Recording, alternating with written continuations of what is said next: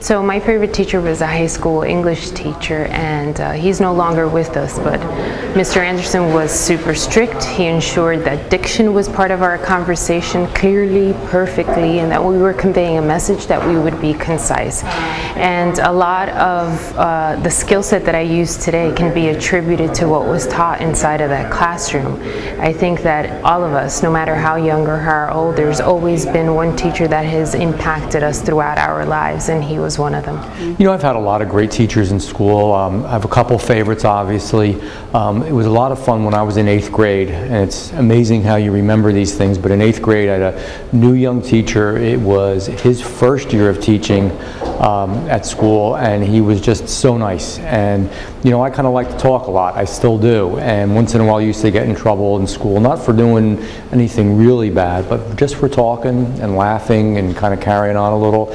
And he kind of was able to help me to channel that the right way, and was able to really channel a lot of my activities and my energy in a way that was really productive, and that was really appreciative. Yes. Well, you know, this is a good opportunity to think back to when I was in school. I think my favorite teacher would be Mrs. Hazelwood.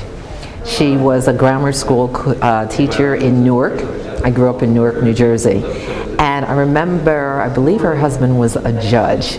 And the interesting thing about her was that she was always so encouraging and talking about how important it was to read and to write and to learn to write. And she just made it all seem a lot of fun. And I really enjoyed it. I loved going to school just to see her. So it's really nice. I haven't thought about her in a very long time. I would have to say my favorite teacher was one that I had in third, fourth, and fifth grade. Her name was Miss Lederer.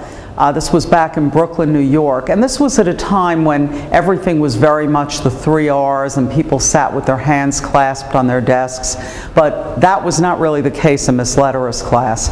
We had the same basic group of kids in the class for 3 years, and it was very creative, and she really made learning fun. Thank you, Mr. DiGiacomo, for all you did for me all those years ago.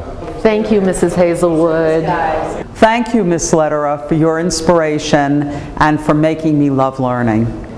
During the 2013 Teacher Appreciation Week, and for me, Teacher Appreciation Year and every day, I just want to say thank you to all New Jersey teachers for the work that you do.